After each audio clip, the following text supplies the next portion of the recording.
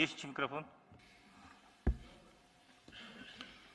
Бүтүн Кыргызстан Мадумаров, урматтуу кесиптештер. Могу кесиптештер айткан маселеге бир кошумча. Москвадан билесиздер, Аэрофлот Россия Федерациясынын учактары учуунун токтоткон. Азыр жумасына 2-3 жолу Кыргызстандын гана авиакаттам авиа компаниялар учуп атат. Анын ичинде авиатрафик учуп атыптыр. Бирок ушул кыйынчылыктан бизнес жасаган биз соңку кездерде үйрөнүп алганбыз. Москвадан бир сөөгү алып келиш үчүн башта ошо коштоп келген кишиси менен ал жерде ритуалдык кызматтарды көрсөтүү менен баарын кошкондо бир 40 000 рубльдин тегерегинде болуп атса, азыр 150 000 рубльга чыгып кетти. Бул бир жагы.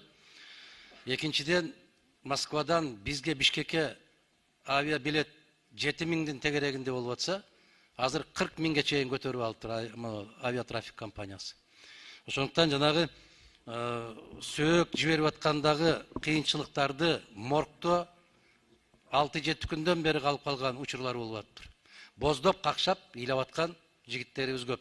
Жакынын жоготкон бир тең болуп атат. Андан ошо самолетко чыгарбайт экен авиатрафик.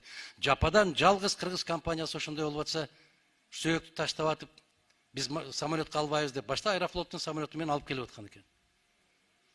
Азыр ушуну саат 2-де деп айтып атканда, ошол транспорт министрлигиндагы, ошол авиакомпаниянын жетекчиликтерин дагы, себеп ал жерде сөөк келбеген күн жок болуп калды. Себеп миллиондон ашык кыргыздар азыр Россия Федерациясында жашап атат, иштеп атат. Бул өтө оор маселе. Баягы ишин жоготкондор кайра Кыргызстанга кайтабыз дегендер дагы ушу билетти аябай катуу асманга чыгарып жиберген. Бизде ошондой болуп калды. Кайсы оору болсо ошол даарыны көтөрө коймой бизнес жасап, самолет жок болуп калды, бүттү. Азыр мына Бишкек Ош таксилер дагы 1700 сомго чыгыптыр.